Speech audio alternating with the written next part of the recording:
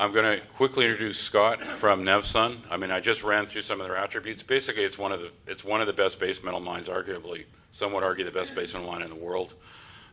Profits every quarter, great low cost. They just have some fantastic exploration results that I think will probably end up extending the mine life quite a bit. And 50% of it's, you know, represented by cash. And Scott doesn't like it when I say this, I don't think, but my honest gut feeling is things are going to go one of two ways between now and the end of next year. Either these guys do a couple of smart deals and it becomes a multi-mine company, or somebody else swoops it up. I don't, you know, it's not personal, but I don't think it's going to be around in 18 months. So you can explain why it shouldn't be, or should be.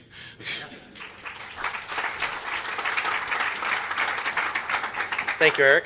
Well, thanks for having us here. Again, a bit of a different beast compared to some of the other names, but I appreciate the time you've taken on a beautiful sunny afternoon to come and listen to some of the great stories in the sector.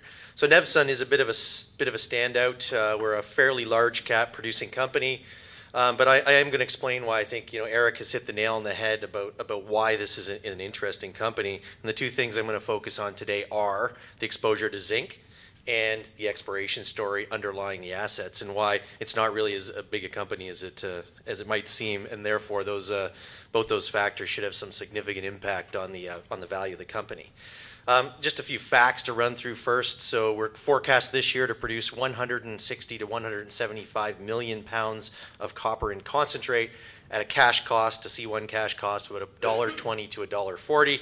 First quarter was on plan, and actually slightly under on costs, largely because we budgeted, you know, $100 oil, and we're currently looking significantly less than that, so our cash costs commensurately are probably going to come on the lower side, or hopefully underneath the guidance. The company has a very robust balance sheet. Last reported cash balance was $443 million US in cash, or $517 million in near-term receivables. So if you wound up the company today, they're actually about $520 million bucks US dollars for shareholders.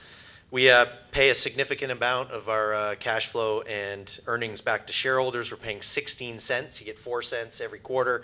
That's $32 million in cash back to shareholders. And since we went into production 4 years ago, we've sent now, this number's a bit dated now, almost $108 million in dividends back to the shareholders of the company to reward them for participating in helping us build and grow this enterprise. We do, however, underlying this, have a very strong exploration story and ability to grow the company with the drill bit, and we think we've got a great management team in place to do that. So I guess the question would be, well, how do you grow $1 billion market cap company with the drill bit? Well, when you actually sort of parse apart the numbers, I just scribbled a little math in my book while I was sitting here. The market cap today is about $1 billion Canadian. You know, with the current currency situation, we have about 600 million Canadian in the working capital in the company. That leaves an enterprise value, or the value being ascribed to the Bisha Mine, our cash flowing asset in Eritrea, of about 400 million Canadian dollars, or 320 million US. So you can quickly see how by adding the billions of pounds of zinc and copper we've been able to with the drill bit over the last 18 months, without, quite frankly, a huge amount of expenditure, there is an ability to really change the valuation metrics of this company with the drill bit. There is a success for growth on the camp. So I'm going to talk a lot about the camp potential. You know, in Eritrea, Nevsun has 2 mining licenses and an exploration license that cover about 30 kilometers of strike, sort of north and south, basically, of the operating plant. There are no competitive claims around the plant. We don't have to buy out other properties. We have full access, basically, to anything we can truck to the mill.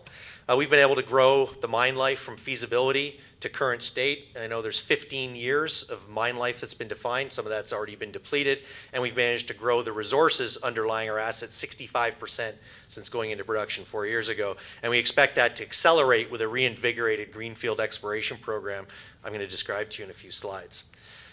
Current production forecast, we already have 10 years of reserves, so there's no issue about mine life here. We're not concerned about an end of mine here. This mill will be chewing through ore in this region for decades, not just the 10 years.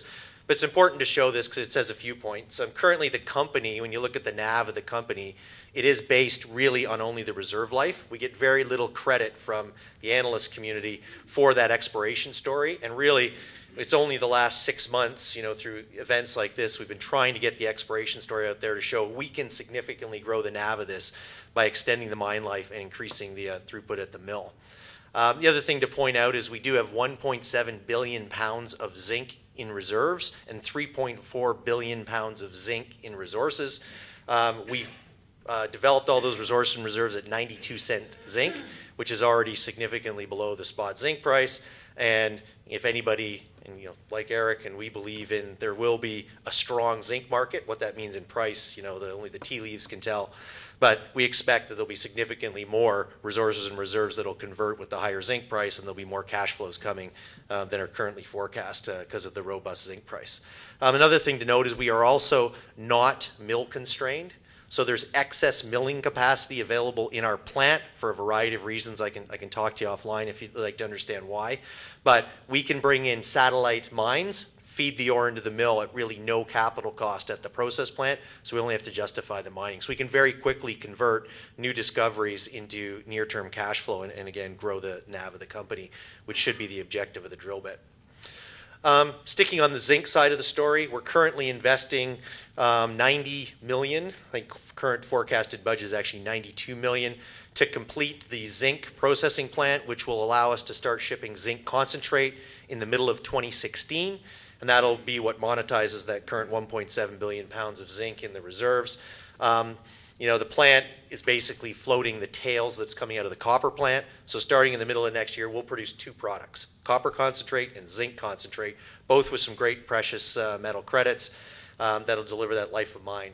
Now, we also have a significant amount of additional resources to convert over time, and that really gets into the exploration story. So there's a lot of leverage at a 320 million US NAV to an increase in the zinc price and the ability to add more zinc pounds to the story.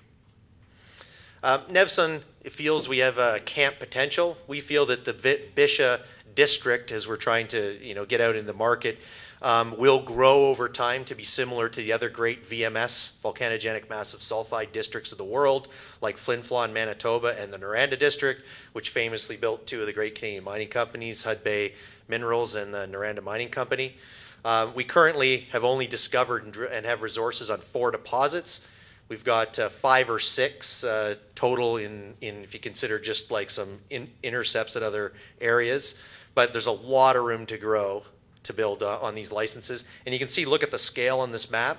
The licenses we control in Eritrea with no competition are similar in land size to what had hundreds of millions of tons at these other camps. And we think we can prove that up with the drill bit in the next coming years. And I'll give you some of the sniffs we've got recently. Here's a zoom in of the map in Eritrea to show our mining license is the top. The dotted license area around that is actually part of the mining agreement area, and that we also have exploration rights on that land. We have a Harina mining license just a little south of that, and then that funny shaped thing is because of cutbacks in the licensing system in Eritrea. What's left of a license called the Moghreb Exploration License. We're planning to spend somewhere in the neighborhood of $15 million, up from the original $10 million budget we started the year with. Our Vice President of Exploration is actually on a plane right now back from Eritrea, where he got approval for an additional $5 million and 10,000 meters of drilling on this package, largely based on the great success he's shown at Harina. Zooming in a bit, the gentleman with the orange shirt there on the left is a Sudbury boy, a guy named Rob Foy. He's been exploring VMS his whole life out of the Sudbury area. He's actually working on site running our programs. And he came in about 18 months ago and completely changed how we were looking at VMS exploration. He bought in a lot of the tried and true techniques, kind of throwing out gravity surveys and superficial soil samples, and went right to deep EM. So we flew a tight airborne EM survey, and we went back and we're doing downhole EM on every new hole and all of the historical holes we can to really precision target the drilling program, and spending a lot of time focused on lithogeochemistry, which is a simple way of saying you can look at the chemical signature in the surrounding rocks to really point you in the right direction to find these sulphide lenses in the ground in Eritrea. And the first place we're looking is right under our existing major reserve, the Bisha Mine ore body. And you can see here these very sharp, square-shaped pictures are actually depicting the interpreted geophysical signature from the downhole EM. There's great potential under the pit to extend our high-grade mineralization. You can see there's 4 holes that have hit sulphides in those holes, and there's assays pending on those. There should be a press release sometime in the next 3 or 4 weeks with those holes. We've got another anomaly right under on the side of the pit, which is very prospective for supergene copper, this 4% copper material we're currently mining. We've got more of these on the bottom of the Harina pit. Recently at Harina, we pulled 67 meters of 1.7 copper and 6.6 zinc, 74 meters of 1.1 copper and 6.3 zinc, 120 meters out from the inferred resource. You know, and this is just looking at EM, look at a big EM signature and keep drilling down plunge. We're adding tens of millions of tons with these programs. On the Maugrebe River license, we've got also a whole bunch of EM anomalies you can see on this map. And we have a new discovery, which we haven't disclosed with the hole yet. But we pulled a nice massive sulphide intercept on an area that previously didn't know there was a deposit. Shows pyrite, chalcopyrite, sphalerite in the drill core. And again, assays pending on that should be out in the next month or so. A couple greenfield targets, you can just see what it looks like in the area. It's very flat. There's outwash, so you're really drilling bind, and you just use these EM targets just to focus in and hit more mineralization. So we've got huge potential. We've got a big balance sheet. We're a strong company in a weak market. That's a good thing to be. And we can fund our growth out of cash flows and look around what else we can do in this market to grow the company. We'll be out front on the next coffee break, so look forward to talking to you all.